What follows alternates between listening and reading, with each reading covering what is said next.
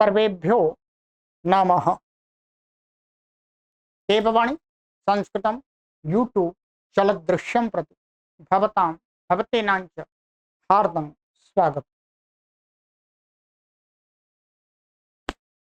मित्रों, लघु सिद्धांत कौमुदी विभक्त्यर्थ प्रकरणम कारक प्रकरणम को पढ़ रहे हैं और 3 कक्षाएं हमारी हो गई हैं।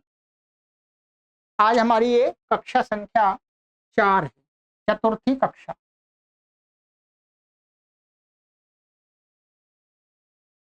यदि आपने पीछे की कक्षाएं इस सीरीज की नहीं पढ़ी हैं तो उनको पहले पढ़ लीजिएगा तो ठीक से बात समझ में आएगी। प्लेलिस्ट हमने बना दी है, ठीक है। विभक्त्यर्थ प्रकरणम कारक प्रकरणम लघु सिद्धांत कौमुदी। और भी यदि आपको सर्च करने से नहीं मिलती है तो आप हमसे इस व्हाट्सएप नंबरों पर संपर्क करके निःशुल्क आप प्लेलिस्ट को ले लीजिएगा। चलिएगा, तो गत कक्षा में मैंने आपको कर्म का कुछ पढ़ाया था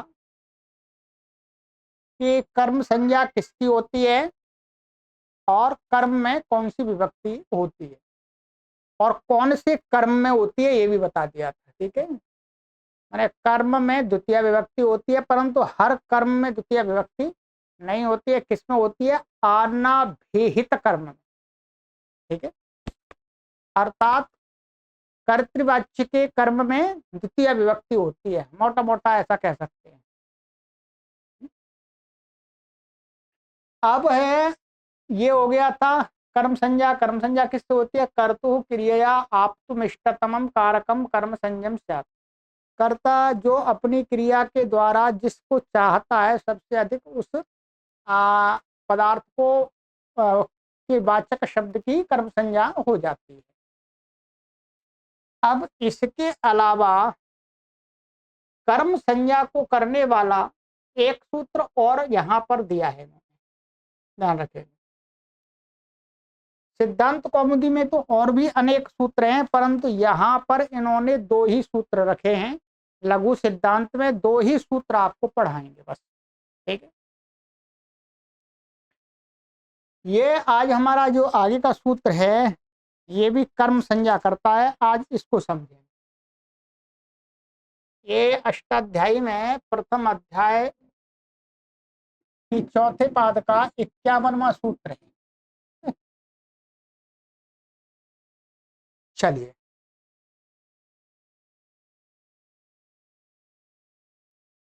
अकथितम च, क्या है?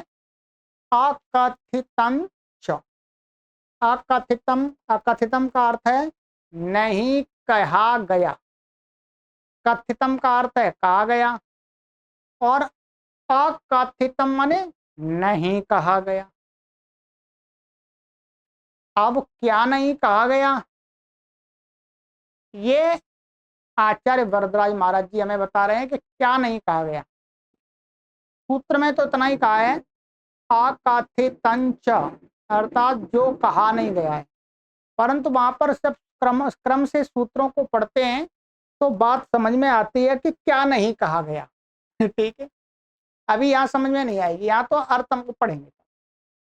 तो क्या नहीं कहा, कहते हैं अपादानादि विशेषैर विवक्षितम कारकम कर्म संयम स्यात्। देखिएगा, एक तो ये कर्म है ही और ये सूत्र भी कर्म संज्ञा कर रहा है, तो कर्म को छोड़ दें। कहा अपादानादि भी। अपादानादि इन्होंने इसलिए लिया है, वैसे हम कारकों को क्रम से देखें तो कर्म के बाद में क्या आता है? कारण। क्या आता है? कारण। फिर संप्रदान आता है, फिर अपादान आता है, फिर अधिकरण। परंतु ये जो कहा है अपादानादि, अपादान को यहाँ पहले ले ले। क्यों? अष्टाध्यायी में इसी क्रम से पढ़ा हुआ है। क्या? अष्टाध्यायी में ये वाला क्रम नहीं है, कर्ता कारक कर्म कारक, इस क्रम से नहीं है, उसमें अलग क्रम है। तो उस बात को ध्यान देकर के आचार्य वरदराज महाराज जी ने कहा कि अपादानादि विशेषैहि अविवक्षितम। अपादान को स्थान, हम इसको क्रम से ऐसे पढ़ेंगे, माने करण अपादान, ठीक है, क्या करण अपादान ने, करण संप्रदान अपादान अधिकरण, और कर्ता, कर्ता भी ले लो, इनके द्वारा अविवक्षित ही, अर्थात अपादानादि विशेषई है। कोई वक्ता है, क्या कोई वक्ता है, वो जो करण बनना चाहिए था, वाक्य में जो क्रिया का साधन बनता है,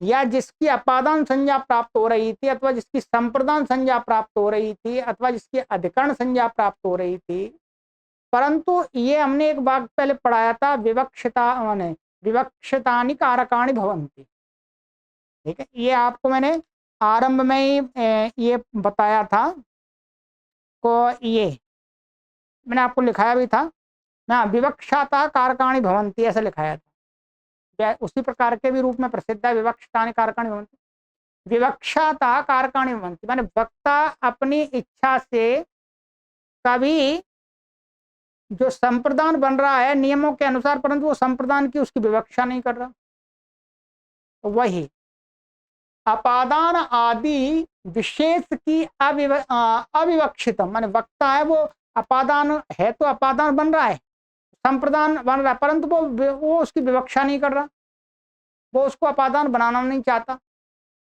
तो कहते हैं कि ऐसा जो कारक होता है, क्रिया में, क्रिया के साथ सीधा संबंध है उसका, तो ऐसे कारक की भी क्या हो जाती है, कर्म संज्ञा।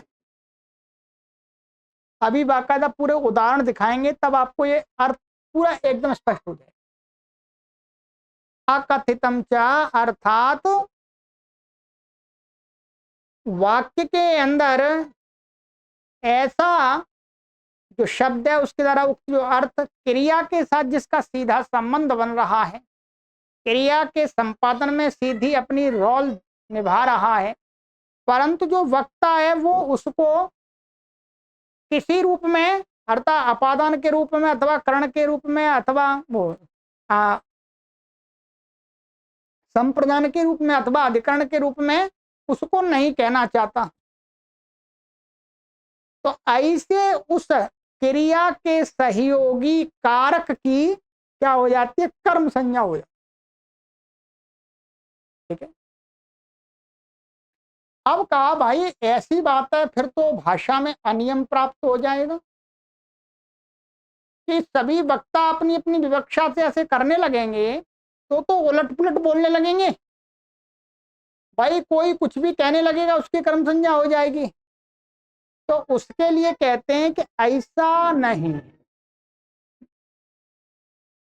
उसमें भी वक्ताओं को नियमित किया गया है। वक्ता स्वेच्छा का पालन नहीं कर सकते कि हर जगह अपनी मन से विवक्षा के अनुसार कुछ भी कर ले, नहीं, उनको भी व्याकरण के नियम ने बांध दिया है कि आप इन प्रयोगों में ही अपनी विवक्षा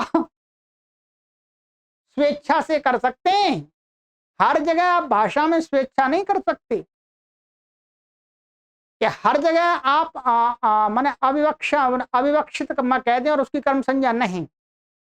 उसको नियमित किया कि बस इतना ही क्षेत्र है जहां पर आप कोई कारक है, अपादान है, उसको आप उसकी अविवक्षा कर सकते हैं, कोई करण कारक उसकी अविवक्षा कर सकते हैं, कोई संप्रदान कारक उसकी अविवक्षा कर सकते हैं। उसकी भी एक रेखा खींची है, एक क्या बोलते हैं, लक्ष्मण रेखा बनाई हुई है, ठीक है। तो वो क्या है, एक कारिका है, ये कारिका है श्लोक रूप में।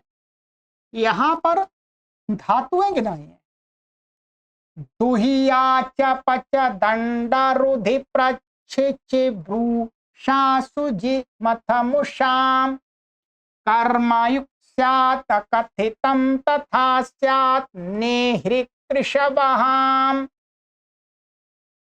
क्या?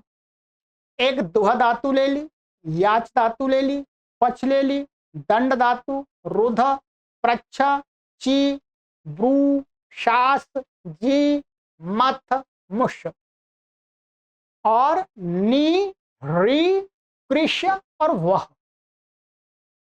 इन धातुओं की क्रिया जो होगी उस क्रिया के सहायक मन क्रिया के संपादन में जो अपादान, संप्रदान, करण, अधिकरण आदि बन रहे हो और जो वक्ता है वो उसमें जो अपादान बन रहा है उसके अपादान की विवक्षा नहीं कर रहा, वो अपादान उसको प्रयोग ही नहीं करना चाहता।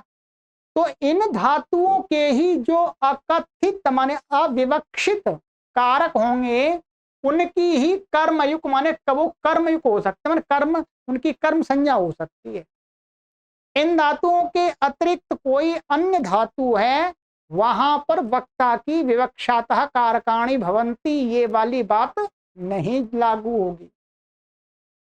एक लक्ष्मण रेखा खींच दी भाई, इसके अंदर ही अंदर वक्ता प्रयोग कर सकेगा, यहां पर कर सकता है भाई अविवक्षा, अन्यत्र तो जो प्राप्त है वही करना पड़ेगा।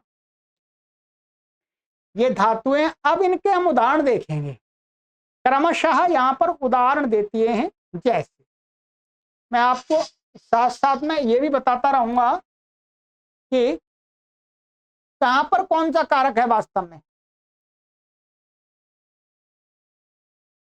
अब देखिएगा, आइएगा, जैसे एक यहां पर उदाहरण दिया इन्होंने, गाम दोग्धीपय,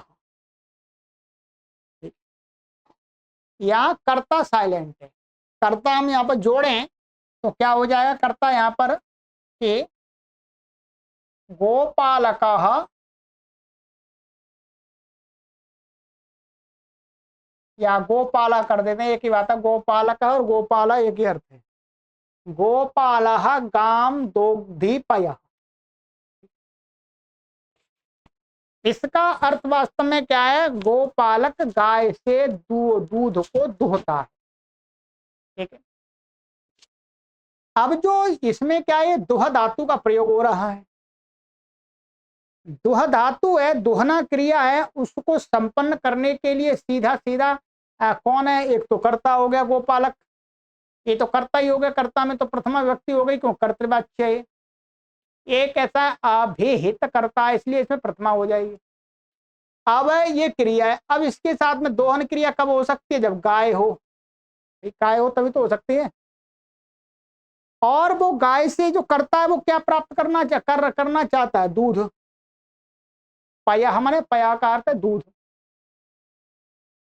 अब यहां पर ये वाला है, ये गोपालक का दोहन क्रिया के द्वारा ये क्या है, इष्टतम पदार्थ है। भाई गाय दोता है गोपालक, तो उसको क्या चाहिए, किस लिए कर रहा है, भाई मुझे दूध प्राप्त हो जाए बाल्टी भर के जिसको बेच दूं, भाई यही तो दूध तो क्या हो गया, जो पिछली कक्षा में हमने आपको पढ़ाया था कि कर्तुरीप्सितमं कर्म से इसकी कर्म संज्ञा हो गई जी, क्या हो गई, इसकी कर्म संज्ञा, इसम की कर्म संज्ञा हो गई, और ये कर्म कैसा हो गया है, अनाभिहित, क्यों, क्योंकि कर्तृवाच्य, तो कर्मणि द्वितीया से इसमें द्वितीया हो गई, इसमें कोई बाधा नहीं। ये वाक्य है साधु। अब दोहन क्रिया के प्रति जो गाय है, गाय, गाय का रोल वास्तव में क्या है, गाय की कौन सी संज्ञा प्राप्त हो रही है, देखिएगा, गाय की यहां पर संज्ञा प्राप्त हो रही है कि गोपालक गाय से दूध को दुहता है। दूध और गाय माने गाय से दूध का अलग होना हो रहा है, भाई गाय से दूध अलग हो रहा है, गाय है, गाय के अंदर दूध भरा पड़ा है, तो क्या हो रहा है, गाय तो वैसी की वैसी रहती है अपनी स्थिति में, और दूध उससे निकल करके बाल्टी में आ जाता है, ये आप आगे पढ़ेंगे, अपादान संज्ञा हमने आपको पढ़ाई भी है, जैसे वृक्षात पत्रम पतति, अर्थात जब दो या दो से अधिक का आपस में अलगाव हो और उनमें से जो स्थिर रहता है अपने उसी पूर्व वाली स्थिति में, उसकी क्या होती है? अपादान संज्ञा। अपादान संज्ञा होती है। यहां पर क्या है, गाय से दूध अलग हो रहा है, गाय तो पहले जैसी थी वैसी अब भी है, वैसे ही अपनी स्थिति में वहीं खड़ी हुई है, खड़ी अर्थात वही अपने उसी, तो इस गाय रूप में ही तो है, वो है गाय रूप में ही है। पर दूध क्या है, पहले गाय के पेट के अंदर था, पेट अर्थात उसके जो दूध की थैली होती वहां था, अब वो बाहर निकल के अलग होकर के गाय से कहाँ आ गया, बाल्टी में आ गया है, वो बाल्टी में आ गया। ठीक है, तो गाय हो रही थी यहां पर अपादान संज्ञा। इसका वास्तव में ऐसा वाक्य प्रयोग होना चाहिए था कि गोपालः गोः पयः दोग्धी। ये गोपालः गोः पयः दोग्धी, इसकी वास्तव में क्या हो रही थी, अपादान संज्ञा। अपादान संज्ञा होने से क्या होना चाहिए, इसको पंचमी होनी चाहिए। परंतु साहित्य भाषा के अंदर, साहित्य में ये प्रयोग भी मिलता है। तो अब व्याकरण ने इसको व्यवस्थित किया कि ऐसा है, यहां पर ये है तो अपादान, परंतु इसका जो वक्ता है वो अपादान की विवक्षा नहीं कर रहा है, वो बस इतना ही, वो एकदम मतलब गाय, गोपाल गाय को दुहता है, तो वो उसको इस अवस्था में नहीं देख रहा है कि भाई गाय से दूध अलग हो रहा है इसलिए गाय अपादान कारक, वो नहीं उसकी विवक्षा कर रहा है। तो जब विवक्षा नहीं कर रहा है तो फिर इसका कौन सा कारक होगा, तो कह दिया कि ये दुह धातु से संबंधित है ये कारक। दुह धातु की संपन्नता में मान गाय नहीं होगी तो दोहन क्रिया भी नहीं हो सकती, गाय अर्थात गाय के स्थान भैंस होगी, अर्थात जिसकी भी दोहन क्रिया करनी है उसके बिना नहीं हो सकती। तो गाय यहाँ पर अब इसकी कर्ता जो करता है, गोपा जो बोलने वाला वक्ता है, उसने इसकी अपादान संज्ञा की नहीं, तो क्या होगी, तो कहते हैं अकथितम च, ये अकथित हो गया, अर्थात इसकी अपादान संज्ञा नहीं कही, तो अब इसकी कर्म संज्ञा हो जाएगी, तो कर्मणि द्वितीया से इसमें भी द्वितीया हो जाएगी, ये समझना। अब मैंने तो आपको पूरी सरलता से समझा दिया, ठीक है, थोड़ी सी आपको भी मेहनत करनी पड़ेगी, ठीक है। अब ऐसे, तो अब कोई व्यक्ति ऐसा ऐसा भी प्रयोग कर सकता, ध्यान रखेंगे, यदि कहीं आपको ऐसा प्रयोग मिलता है तो यहां पर ऐसा मानना पड़ेगा कि वक्ता ने यहां पर अपादान की विवक्षा की है, ठीक है, परंतु ये प्रयोग भी अशुद्ध नहीं है, परंतु अधिक प्रयोग किसका मिलता है, साहित्य में इसी का मिलता है, इसलिए महर्षि पाणिनि को भी सूत्र बनाना पड़ा, ठीक है। चलिएगा अब चलते हैं आगे का उदाहरण हमारा, बालिम याचते वसुधाम, ठीक है, क्या है, वालिम याचते वसुधाम,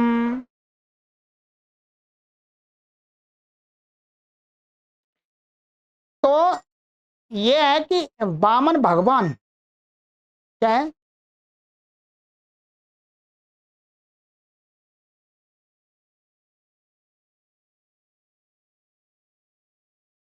वामन भगवान बलि से पृथ्वी मांगते हैं, ठीक है, इसका ये अर्थ दिया है इन्होंने, ठीक।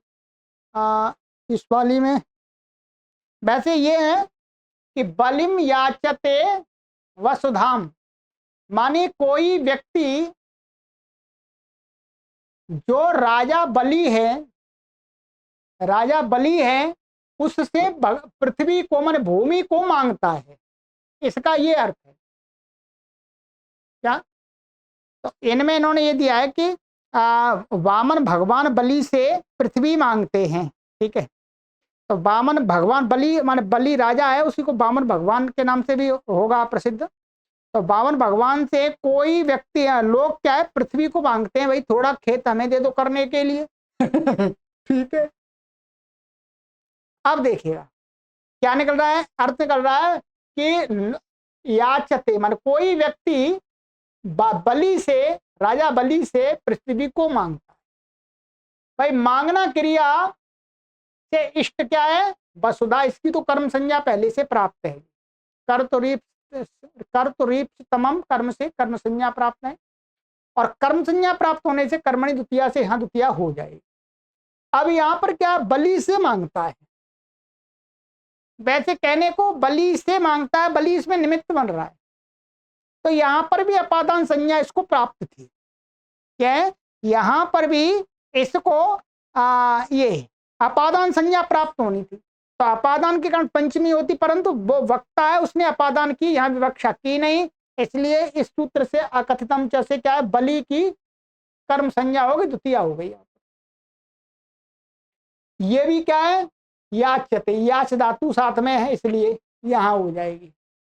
यहीं पर वक्ता अपनी मनमानी कर सकता है, बाकी अन्यत्र नहीं कर सकता। तो ये द्वितीया हो गई। तंडुलान ओदनम पचती, एक चावल तंडुल माने चावल होते कच्चे, उसके द्वारा ओदन माने भात पकाता है। अब यहाँ ये पकाना क्रिया का ये तो कर्म हो गया, कर तो रीप्तमम, कर्म से कर्म हो गया, द्वितीया हो गई। अब मान चावलों से भात को पकाता है, अर्थात चावलों के माध्यम से भात पकाता है, चावलों के द्वारा चावल लेता है तब पकाता है। तो चावल की क्या हो रही थी, चावल का उसमें साधन मर रहे हैं भात में, अथवा ऐसा कह सकते हैं कि चावल पकाना क्रिया में तो वो एक प्रकार से कर्ण बन रहे हैं, तो इसकी कर्ण संज्ञा प्राप्त हो रही थी, पर वक्ता ने विवक्षा नहीं की, उसने उसको कर्ण माना ही नहीं, तो भाई क्या होगी, तो यहाँ कर्म संज्ञा हो गई अकथितम की, और तंडुलान ये द्वितीय व्यक्ति हो गई। ठीक है, क्या हो गई, द्वितीय। ये हो गया हमारा। ठीक है,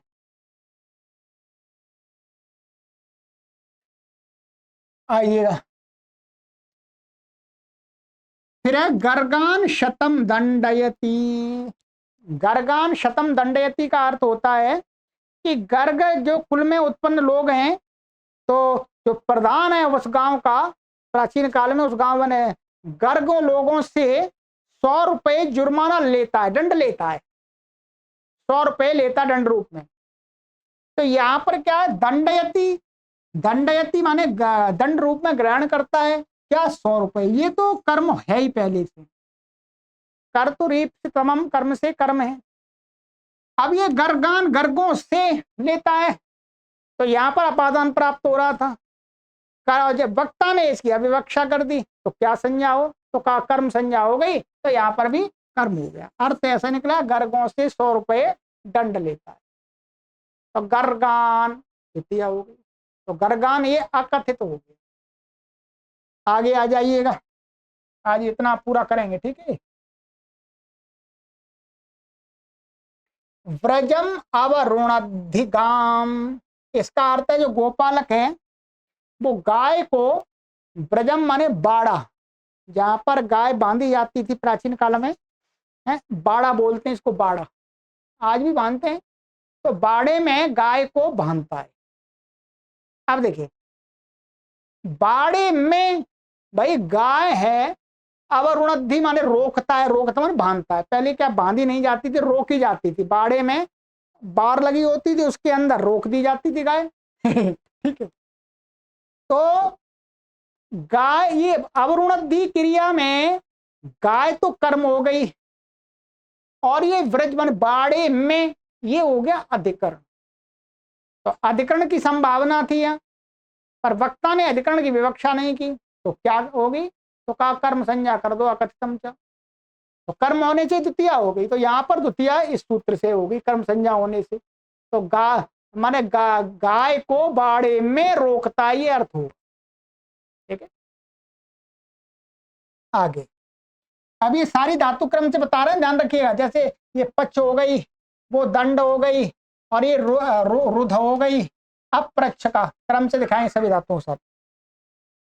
माणवकम पंथानम पृच्छति, बालक से रास्ता पूछता है। तो पृच्छति इसका कर्म, ये तो पंथा मार्ग को पूछता है, ये तो कर्म है वास्तव में, असली कर्तृत्व कर्म से है। अब बालक से, तो बालक से पूछता है, अर्थात यहाँ पर भी इसकी अपादान संज्ञा सी प्राप्त हो रही थी, संभावना थी। तो कहा नहीं, यहाँ विवक्षा ही नहीं की, इसलिए इसकी भी अकथितम से कर्म संज्ञा होकर के द्वितीया हो गया।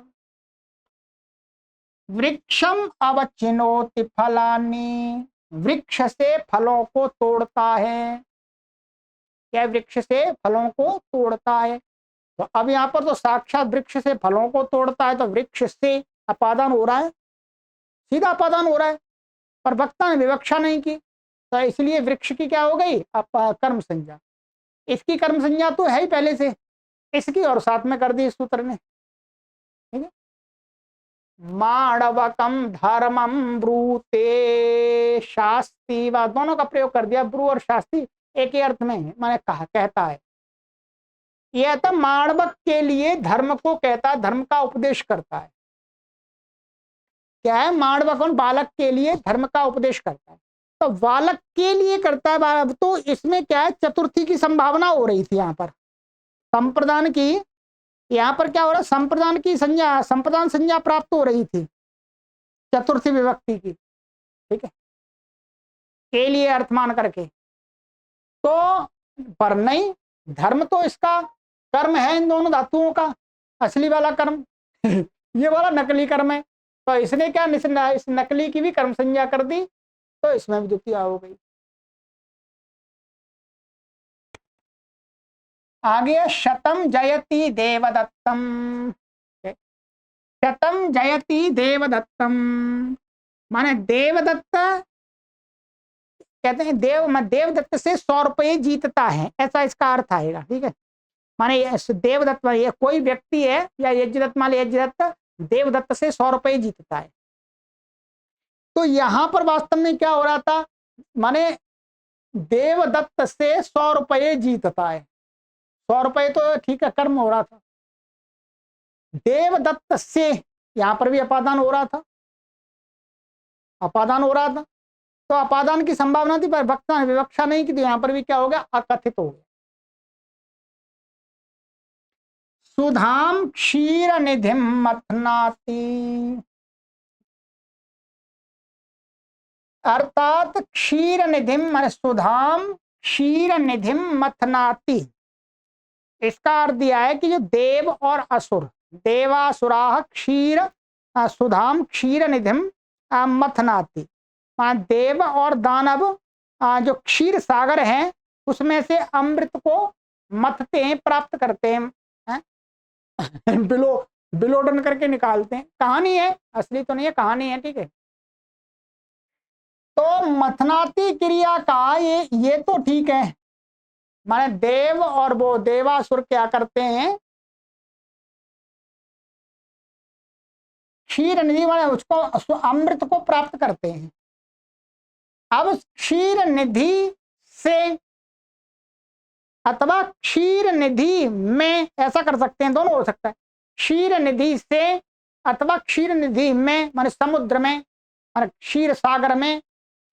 क्षीर सागर माने दूध का सागर तो क्षीर का ऐसे नाम रख दिया है। ठीक है, तो क्षीर सागर में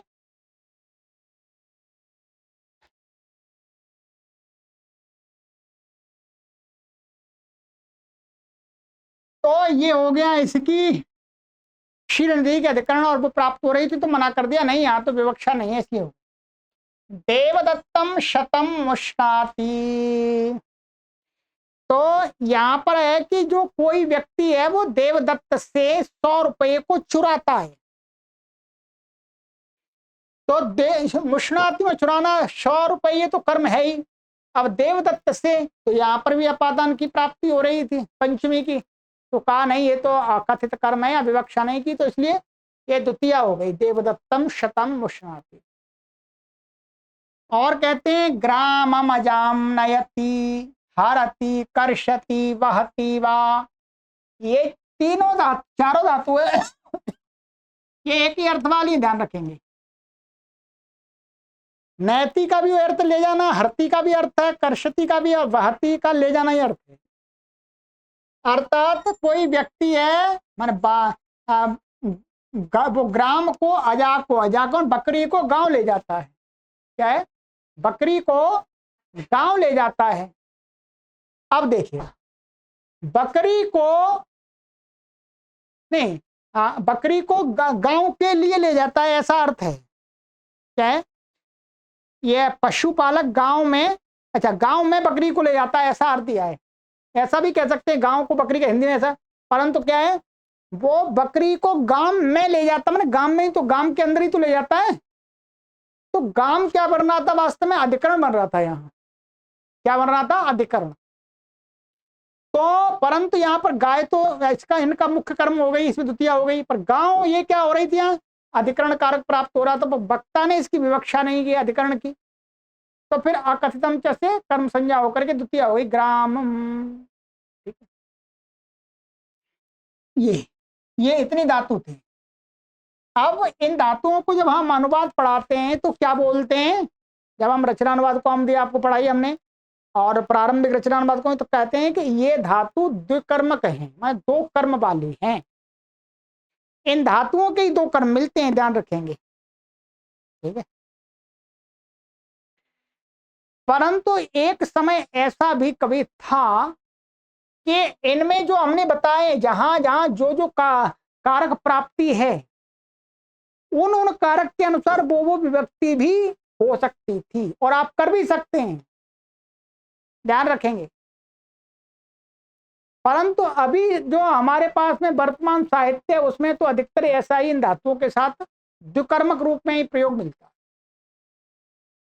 अब कहते हैं, यहां पर एक बात कह रहे हैं, अर्थ निबंधन यम संज्ञा। ये जो कर्म संज्ञा इन धातुओं के साथ की जा रही है, इनकी ये क्या? अर्थ निबंधना इयम संज्ञा। अर्थ निबंधना का अर्थ है कि जो ये यहाँ पर धातुएं पड़ी हुई हैं, इन धातुओं के अर्थ वाली कोई भी दूसरी धातुएं हों, इनके अर्थ वाली माने इनके पर्यायवाची, उनके साथ भी इसी प्रकार की अकथित की कर्म संज्ञा हो जाती है। ये अब स्पष्ट कर रहे हैं। पहले पहले इतना समझ लिया, अब उसमें और समझेंगे कि प्रच्छ, प्रच्छ के अर्थ में ही कोई दूसरी धातु प्रयोग हो रही है, तो उसके साथ में भी ऐसा ही प्रयोग बना लेंगे। ठीक है, जैसे अब बताते हैं, जैसे बलिम भिक्षते वसुधाम। अब यहां पर याच धातु ली थी इन्होंने, क्या ली थी? याच। इसमें याच पड़ी हुई है। याच के अर्थ में, मांगने के अर्थ में क्या? भिक्ष धातु भी है, तो भिक्ष के साथ में भी बलि में तृतीया हो गई, कर्म संज्ञा हो गई।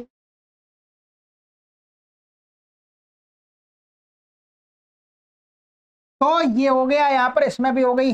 इसी प्रकार से माणवकम धर्मम भाषते अभिधत्ते वक्ति, तो ये भाषते, अधिधत्ते, अभिधत्ते वक्ति, ये भी क्या है? इस प्रच्छ की पर्यायवाची है, पूछने अर्थ में प्रयोग हो रही है। तो यहां पर भी क्या है?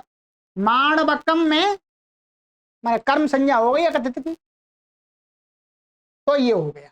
देखिए, इतना ही लघु सिद्धांत कौमुदी के अंदर कर्म संज्ञा का प्रकरण दिया है। बस आपको परीक्षा की दृष्टि से तैयारी करनी है, अथवा लघु सिद्धांत कौमुदी की दृष्टि से करनी है, तो आपको इतना ही पर्याप्त है। अब आपको पूरे कर्म संज्ञा चाहिए, फिर आप लघु सिद्धांत कौमुदी का कारक प्रकरण पढ़िएगा। कैसे पढ़ेंगे? मैंने उसकी प्लेलिस्ट का लिंक इसमें डाल दिया है, उसमें जाकर के आप कारक प्रकरण, वो कर्म कारक की पूरा सब कुछ देख सकते हैं सिद्धांत कौमुदी। यदि आपकी अच्छी जानकारी की तीव्र इच्छा है तो ठीक है। तो ये हमारा कर्म संज्ञा का प्रकरण पूरा हो गया। ठीक है।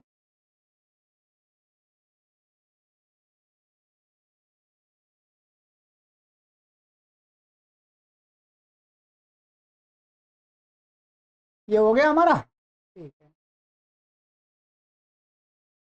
ये सारे तो उदाहरण है। इति द्वितीय विभक्ति मान द्वितीय विभक्ति और कर्म संज्ञा का जो प्रकरण था वो समाप्त हो गया। अब अगली कक्षा में हमारा दो कारक इकट्ठे आएंगे, एक आएगा कर्ता कारक और एक आएगा करण कारक। ठीक है, तो आइएगा अगली कक्षा में यहां पर पढ़ेंगे। ठीक है, अपने मित्रों को अवश्य शेयर करें मित्रों। ठीक है, ये मैंने अपने उन पाठकों को ध्यान में रख करके उनके निवेदन पर को कई पाठक मुझसे संपर्क कर रहे थे, गुरुजी आप ये जो परीक्षा में लगे हुए हैं अथवा सिलेबस में लगे हुए हैं लघु सिद्धांत के ये वाले प्रकरण उनको पढ़ा दीजिएगा। ठीक है, मैंने कि मैं तो पूरा पढ़ा ही रहा हूँ क्रम से, तो ये अलग अलग पार्ट में मुझे पढ़ाना होता है। तो पीछे से हमारी सीरीज चली रही है अभी तिङंत प्रकरण की, ये भी आगे आएगा तो उसमें जोड़ देंगे। ठीक है, तो आपके लिए मैंने तैयार अलग से कर दिया। सभी को सादर नमस्ते। ओ